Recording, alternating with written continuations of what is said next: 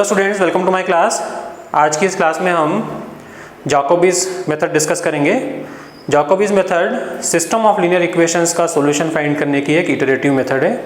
System of linear equations क्या होती है वो भी आपके सामने है। This is system of linear equations और यहाँ पर n अननोन्स हैं x1 x2 up to xn and we have n number of equations. तो ऐसे सिस्टम को हम बोलते हैं सिस्टम ऑफ लीनियर इक्वेशंस। इसको कॉम्पैक्ट फॉर्म में हम इस तरह से लिख सकते हैं। इस सिस्टम को सॉल्व करने के लिए आपके पास में बहुत सारी मेथड्स हैं। वो सारी मेथड्स डायरेक्ट मेथड्स हैं, उनसे आपको जो सॉल्यूशन मिलता है वो बिल्कुल एग्जैक्ट सॉल्यूशन मिलता है। But main drawback of all those methods is that कि वो जो मेथड्स हैं वो सारी लार्ज सिस्टम के लिए सूटेबल नहीं है, इसलिए यहाँ पर हम इटरेटिव मेथड्स यूज़ करते हैं। तो आज हम एक इटरेटिव मेथड डिस्कस करेंगे और वो मेथड है जैकोबीज method. So Jacobi's method use करने के लिए या कोई भी इटरेटिव मेथड यूज़ करने के लिए एक चीज़ आपको ध्यान रखना है कि ये सिस्टम ऑफ इक्वेशंस जो भी है ये डायगोनल डोमिनेंट होना चाहिए। डायगोनल डोमिनेंट का मीनिंग है कि यहाँ पर आपको जो a11, a22, a33 कोएफिशिएंट्स दिखाई दे रहे हैं, ये कोएफिशिएंट्स लार्ज होना चाहिए as compare to other coefficients in the respective row. a11 must be numerically largest as compared to other elements in the first row or other coefficients in the first row. Similarly a22 second row में largest होना चाहिए as compared to other coefficients in the second row and so on. So इस तरह से जो diagonal पे elements आ रहे हैं वो largest होना चाहिए। ऐसे सिस्टम को हम बोलते हैं diagonally dominant system। और अगर diagonally dominant नहीं है तो हम उसको इक्वेशंस को रीशफल करके इसको डायगोनल डोमिनेंट बना सकते हैं। तो अभी हम एग्जांपल में डिस्कस करेंगे ये कैसे होगा। तो चलिए देखते हैं जैकोबी मेथड क्या है। सो जैकोबीज मेथड यूज़ करने के लिए सबसे पहले आप सिस्टम को डायगोनल डोमिनेंट बनाओगे, या तो सिस्टम आपको दिया होगा ऑलरेडी या फिर आप डायगोनल डोमिनेंट उसको कन्वर्ट कर लोगे। Then what we have to do. So Jacobi's method में हमको क्या करना है वो हम यहाँ पर डिस्कस करेंगे। सो यूजिंग जैकोबीज मेथड इस सिस्टम ऑफ इक्वेशंस में हम सबसे पहले x1 की वैल्यू फाइंड करेंगे। सो x1 के लिए हम जो फार्मूला लिखेंगे वो इस तरह से लिखेंगे। यहाँ पर ऊपर k+1 यूज़ कर रहे हैं, ये सुपर स्क्रिप्ट है, this is not power, this is super script. तो सुपर स्क्रिप्ट जो है वो हमने यूज़ किया है यहाँ पर 1/a11 b1 minus a12 x2 k then a13 x3 k and so on up to a1n xn k। सो ये फर्स्ट इक्वेशन बनी जिससे आपको मिलेगा value of x1। So x1 की वैल्यू फाइंड करने के लिए आपको x2, x3 up to xn की वैल्यूज रिक्वायर्ड होंगी। तो ये कैसे आएंगी भी हम डिस्कस करेंगे। Then using the second equation, उसमें से सेकंड इक्वेशन अगर यूज करेंगे हम तो सेकंड इक्वेशन यूज करके you will find values of x2 1/a22 b2 minus a21 x1 k minus a23 x3 k and so on up to a2n xn k and so on up to xn। so xn की value find करने के लिए आपको ये formula use करना पड़ेगा 1/aan then bn minus an1 x1 to the power k minus an2 x2 to the power k and so on. This is a n minus 1 xn minus 1 to the power k where k is greater than or equal to 0, index है ये। सो ये फार्मूले आपने derive कर लिए x1 x2 up to xn के लिए, और इन फार्मूलों को यूज़ करके आपको x1 x2 up to xn की वैल्यूज फाइंड करना है। इन फार्मूलों को यूज़ करने के लिए we always start with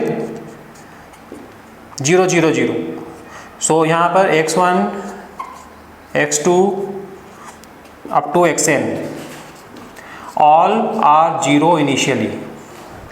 so यहाँ पर अगर आपको x1 1 फाइंड करना है k इक्वल टू 0 के लिए, सो k इक्वल टू 0 के लिए हो जाएगा x2 0 x30 xn0।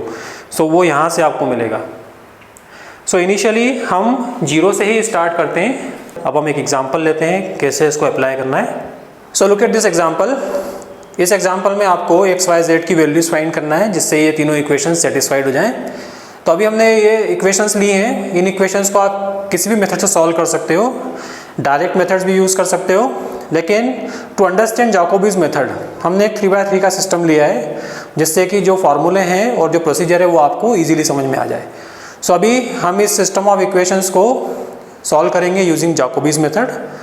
सो अभी सिस्टम ऑफ इक्वेशंस को अगर आप देखो तो इसमें न्यूमेरिकली लार्जेस्ट कोएफिशिएंट्स जो भी हैं वो डायगोनल पर नहीं है।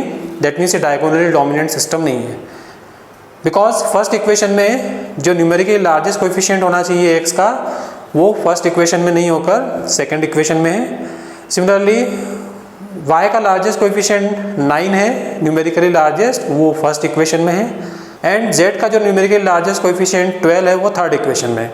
तो अभी फर्स्ट एंड सेकंड इक्वेशंस जो हैं वो प्रॉपरली अरेंज नहीं है, इसलिए हम यूजिंग पार्शियल पिवोटिंग इसको रीअरेंज करेंगे सिस्टम ऑफ इक्वेशंस को। So to find the solution, first of all we have to use partial pivoting. So using partial pivoting, partial pivoting का मीनिंग है कि जब हम इक्वेशंस को शफल करते हैं, फर्स्ट इक्वेशन को सेकंड बना लें या थर्ड बना लें एंड दूसरी सारी इक्वेशंस को शफल करते हैं हम, तो उसको पार्शियल पिवोटिंग बोलते हैं। सो यूजिंग पार्शियल पिवोटिंग जो फर्स्ट इक्वेशन है वो कौन सी होनी चाहिए जिसमें x का कोएफिशिएंट लार्जेस्ट हो। सो x का कोएफिशिएंट लार्जेस्ट है वो सेकंड इक्वेशन में है, उसको हम रखेंगे फर्स्ट पोजीशन पर। सो सेकंड इक्वेशन जो है वो है 7x minus 2y plus z equal to 5। So using partial pivoting हमने जो सेकंड इक्वेशन थी उसको फर्स्ट इक्वेशन बना दिए, because numerically largest coefficient x का जो है वो 7 है और वो सेकंड इक्वेशन में है, इसलिए हमने उसको फर्स्ट पोजीशन पर रख दिया। अब बची हुई दोनों इक्वेशंस में से y का लार्जेस्ट कोएफिशिएंट किस में है, वो फर्स्ट में है, तो उसको हम सेकंड वाली पोजीशन पर रखेंगे। सो सेकंड वाली पोजीशन पे अगर हम रखेंगे तो आएगा minus 3x plus 9y plus 4z equal to -1।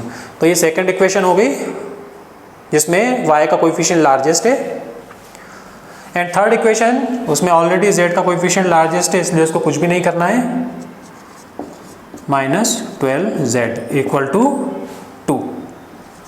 सो अब ये डायगोनल डोमिनेंट सिस्टम हो गया। आप देखोगे कि डायगोनल पे लार्जेस्ट कोएफिशिएंट है, numerically largest. So using Jacobi's method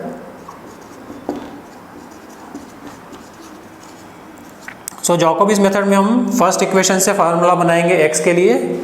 so x k plus 1 equal to 1/7 5 plus 2yk minus zk। ये हो गया आपका फर्स्ट फार्मूला। देन y के लिए सेकेंड वाली इक्वेशन हम यूज़ करेंगे 1/9 -1 plus 3xk minus 4zk। And similarly z के लिए हम थर्ड वाली इक्वेशन यूज़ करेंगे। So this is 1/12 minus and 2 minus 4xk plus 5yk। सो ये फार्मूले हो गए x, y एंड z के लिए इटरेटिव फार्मूले जो हमको जैकोबीज इटरेशन मेथड में यूज़ करना है। यहाँ पर x, y, z की जो ओल्ड वैल्यूज़ हैं उनको यूज़ करके हम x, y, z की न्यू वैल्यूज़ फाइंड कर रहे हैं। नाउ हाउ टू स्टार्ट करने के लिए हमको लेना पड़ेगा। सो स्टार्ट में यहाँ से कर रहा हूँ। सो स्टार्टिंग के लिए we take x0, y0 and z0। Initially all are 0, x, y and z are 0. Then we prepare this table k, xk, yk, zk, ये ओल्ड वैल्यूज़ हो गई हैं। इनको यूज़ करके हम जो न्यू वैल्यूज़ फाइंड करेंगे वो यहाँ पर है।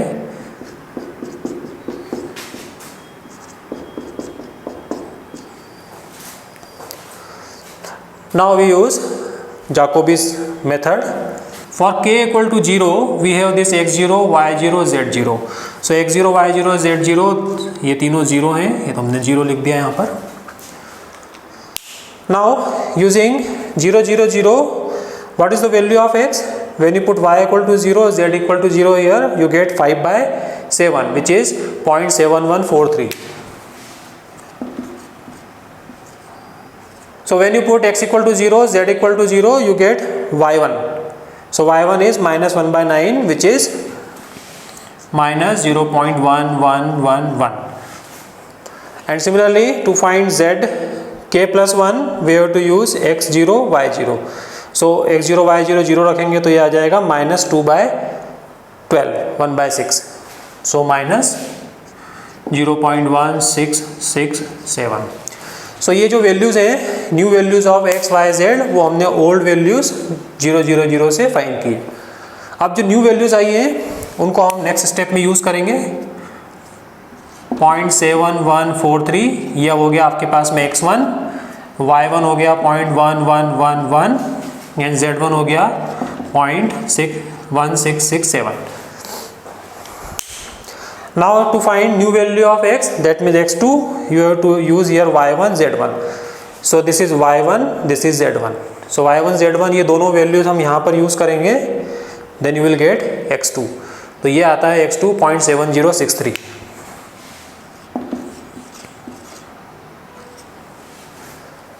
Then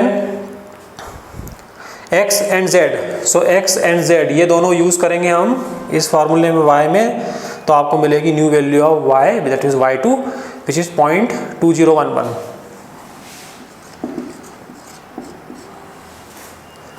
एंड फाइनली z की वैल्यू के लिए you have to use x and y. So x and y ये दोनों यूज करोगे यहाँ पर, तो आपको मिलेगा z, which is 0.1177. In the next step, अभी जो हमने वैल्यूज फाइंड की x2, y2, z2, उसको हम यहाँ पर लिख लेंगे 0.7063, 0.2011 and 0.1177. Now using y and z, that means y2, z2, here you find x3. So जो x3 की वैल्यू आ रही है वो आ रही है 0.7549. y3 की वैल्यू फाइंड करने के लिए आपको x and z यूज़ करना पड़ेगा यहाँ पर, और आपको y3 मिल जाएगा 0.0720.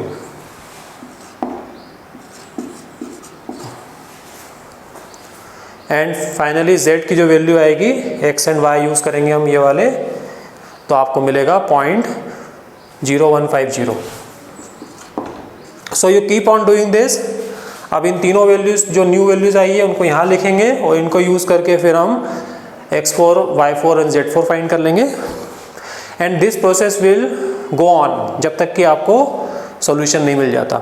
अभी सॉल्यूशन कैसे आइडेंटिफाई करेंगे कि आपको मिल गया है? तो ये जो प्रोसेस आप अगर फॉलो करो तो आगे आप देखोगे कि जो x का कॉलम है इसमें वैल्यूज स्टेबलाइज हो गई है. दैट मीन्स आप उनमें कोई चेंज नहीं आ रहा है, रिपीटिंग वैल्यूज हैं.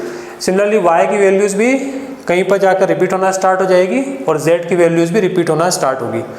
सो जब ये रिपीट होना स्टार्ट हो जाए x, y, z की वैल्यूज करस्पॉन्डिंग कॉलम्स में, तो इसका मीनिंग है कि अब सॉल्यूशन मिल गया है. अब आप कितनी बार भी करो वैल्यूज विल नॉट चेंज.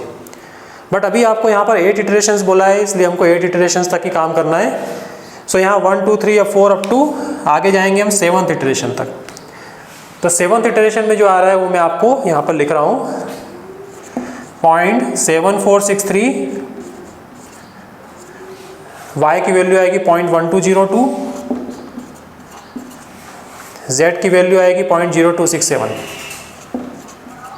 और इनको यूज़ करके यहाँ पर जो न्यू वैल्यूज आएंगी वो है 0.7448, 0.1258